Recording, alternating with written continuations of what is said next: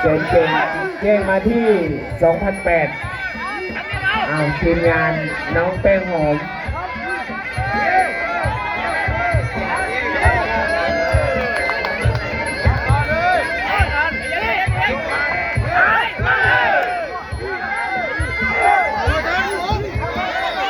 จับไหน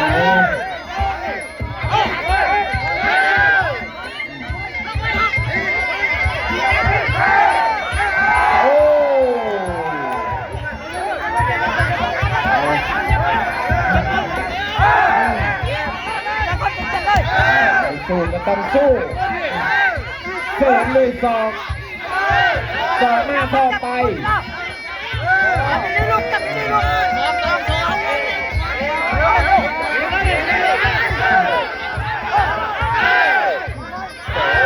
เสริมอาวุธของในคุณ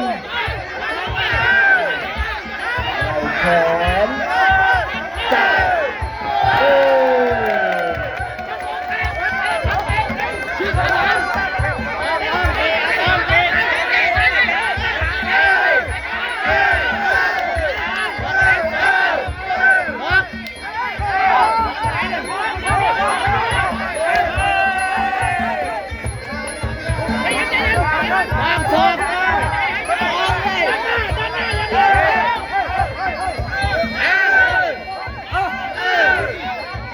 5 ยกนะครับ5 ยกนี่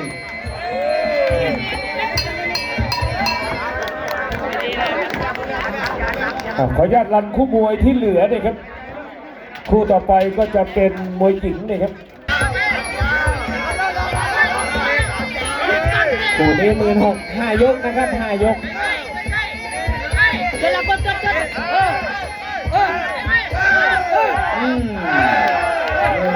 ต้องแก้ด้วยศอก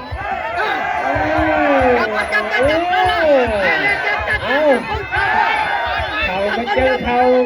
ศอกไม่เจอศอกโอ้โหถูกคู่เอาละ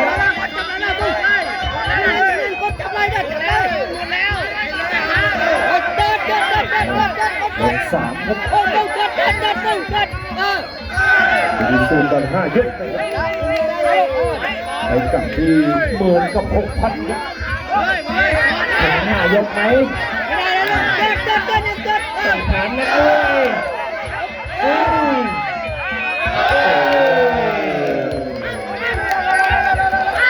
เอาแล้วครับต้องวัดระยะเลยครับแบบนี้ครับเอาแล้วต้องวัดระยะพลังกำลังแล้วทะเลาะเลี้ยงอย่างนี้ต้องทำเบา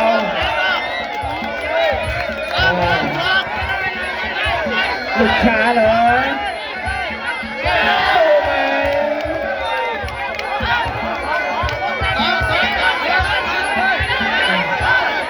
สู้ไหมเถียง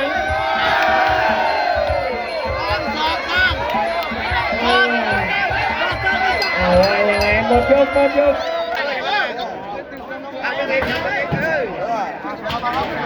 นึกว่านายกทูลกลับแล้วยังอยู่ครับไปเติมน้ำมัน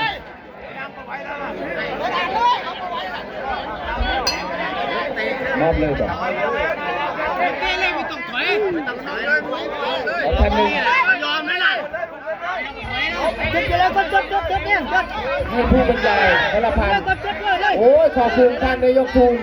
สมัยหน้าได้เป็นเหมือนเดิมแต่แบบนี้นี่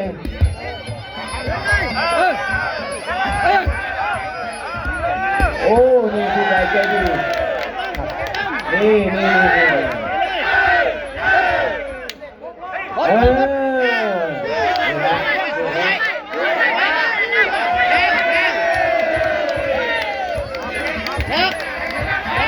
อบคุณท่านนายกทูลนี่เงินทองอนาคตจะเป็นแรงมากกับ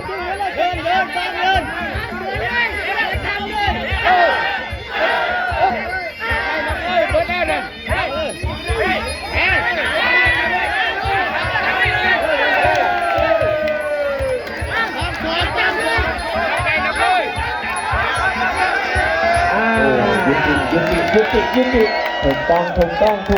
เซฟไม่เป็นไร เพราะว่าเป็นมวยใหม่ ดีเขาเปลือกนะครับการแก่งเลี้ยวนะครับตำบลหนองใหญ่เมืองจันทร์นะครับมวยประทับหมอลำปฐมต้นเพลิงศิษย์นะครับดูว่าเกมยก2ครับแดงนี่ก็พยัคฆ์เทพยังกับนักชกชายครับพยัคฆ์เทพยอยาวไก่ชน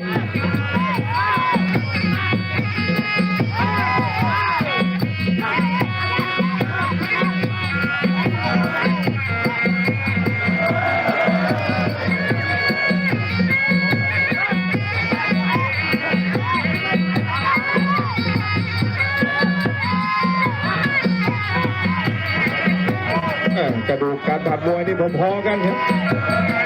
คนละ2-3 ไฟครับเฮ้ยมาไล่มันใส่เอกบ้านนี่ไอ้เย้าแต่ไปสักไล่มันใส่เอกให้ลูกน้องเจ้าบ้านนี่เฮ้ยอีลากูโอ้โหปีกูมือนี่เขาหินกันด้วยเด็กโอ้ยตายเอาเฮ้ย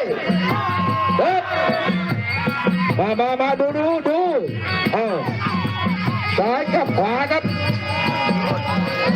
ตัวแต่เป็นผู้หญิงผู้ชายเนาะไล่มีมั้ย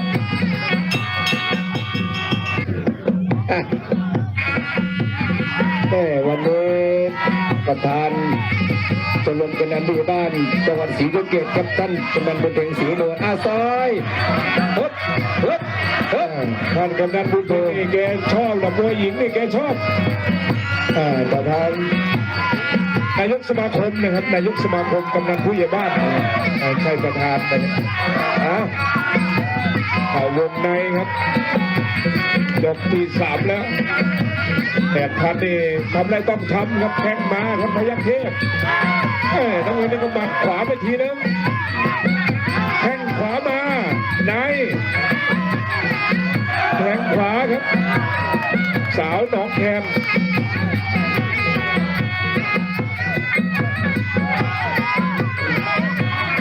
เด็กกดลงมาเขาไปจะเทพกดลงมาแทนยับถูกคู่จริงๆครับคู่นี้แทงขวาตามด้วยมันครับสาวน้องแคนเดินของในแทงซ้ายไปทีนึงขวาตามขวาพยัคฆ์เทพด้านหลังนี่เห็นเลยรอยสักน่าจะเป็นปีกนกอินทรีเลยหรือว่านกฮูกก็จะเป็นนกกระจอกตัวเด้อบ้านนี่ก็ว่าขวาลำตัวต่อยขวาแต่ใกล้โดนขวามาครับสาวน้องแคนจับซ้ายขวามาโอ้ตั้งขว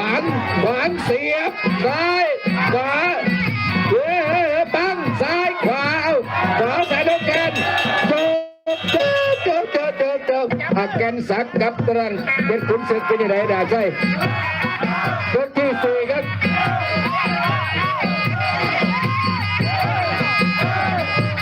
ยกที่4แล้ว8,000ครับแดงพยัคฆ์เทพน้ำเงินสาวน้องแคนแข่งมาพยัคฆ์เทพโดนปั่นน่าเห็นน่าไงนะครับมาแล้วปั่นสาวน้องแคนหัวต่ำอีกแล้วแทงไหมแทงให้สูงนะมาแบนใส่คุกสมุดทั้งหลังดุเลยแทงขวาต่อยซ้ายต่อยขวาสายน้องแกจับเสียขวา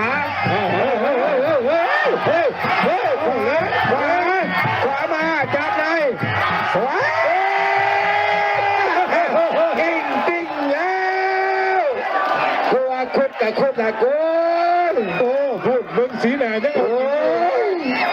จริงลุกขึ้นมาสีแหล่มันก็เป็นหัวตัวใครหัวล่ะเดี๋ยวลูกผู้ทอนเสียหาคาโตนี่แหละ